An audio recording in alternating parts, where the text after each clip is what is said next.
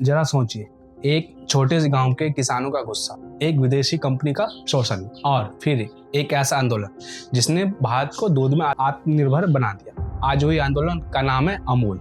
लेकिन सवाल ये है, आखिर अमूल इतनी बड़ी कैसे बनी? इसकी शुरुआत कहाँ से हुई?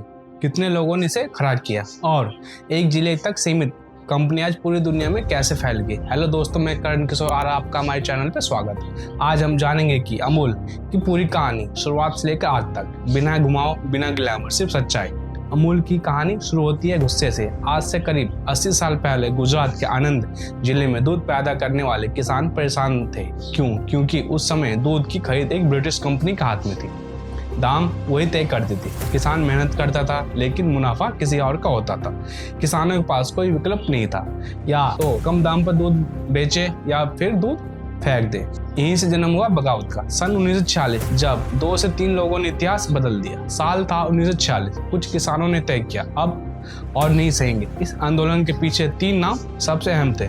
त्रिभुवन पटेल किसान नेता, सरदार वल्लभ भाई पटेल मार्गदर्शक और डॉक्टर वर्गीज कुरियन असली गेम चेंजर। शुरुआत सिर्फ 2 गांव और कुछ दर्जनों किसानों से हुई। एक छोटा दूध सहकारी संघ बना, नाम रखा गया आनंद मिल्क यूनियन लिमिटेड। यहीं से निकला शब्द अमूल। अब बात करते हैं कि अमूल का मॉडल जिसने पूरी दुनिया को चौंकाया। अमूल ने एक ऐसा सिस्टम बनाया जो उस समय भारत में सोचा भी नहीं गया था। अमूल का सहकारी मॉडल, दूध किसान देता है, कंपनी किसान की होती है, मुनाफा सीधे किसान को जाता है, कोई बिचौलिया नहीं, यानी किसान मालिक या मजदूर नहीं। यही वजह है कि अमूल एक प्राइवेट कंपनी नहीं बल्कि किसानों की कंपनी है। बात करें कि पहले अमूल कहाँ तक सीमित थी। शुरुआत में सिर्फ आनंद जिला, सिर्फ दूध और मक्खन उत्पादन बहुत सीमित। लेकिन एक चीज जबरदस्ती, क्वालिटी, ईमानदारी, और धीरे धीरे गुजरात के दूसरे जिले जुड़े, फिर पूरा गुजरात, फिर पूरा भारत। ऑपरेशन फ्लूड जब अमूल राष्ट्रीय ताकत बनी सन 1960 से 70 के दशक में, भारत दूध के लिए विदेशों पर निर्भर था। तभी शुरू हुआ ऑपरेशन फ्लूड। इसके पीछे दिमाग था डॉक्टर वर्गीज कुरियन।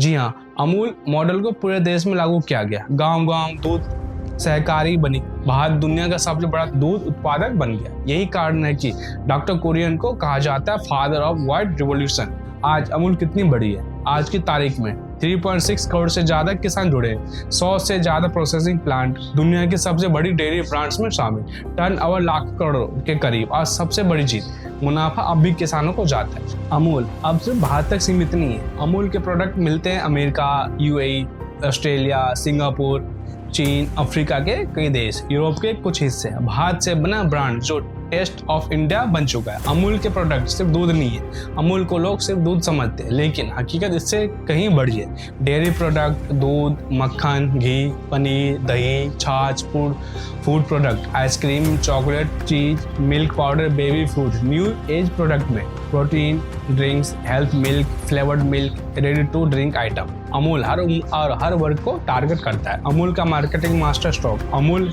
गर्ल, ये सिर्फ एक कार्टून नहीं बल्कि भारत की सबसे बड़ी, सबसे लंबी रहने वाली मार्केटिंग आइकॉन। हर मुद्दे पर तुरंत रिएक्शन, बिना किसी पार्टी का नाम लिए सटीक व्यंग्य। ये वजह है कि अमूल कभी आउटडेटेड नहीं हुआ। ब्रांड हमेशा जिंदा रहा।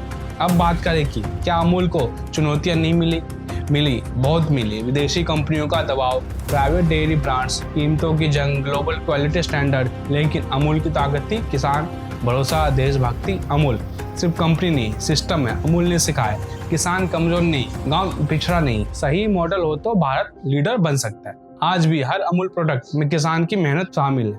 आखिरी सवाल आपसे, क्या अमूल मॉडल को दूसरे सेक्टर्स में भी लागू किया जाना चाहिए? क्या भारत को और ऐसे सहकारी ब्रांड्स की जरूरत है?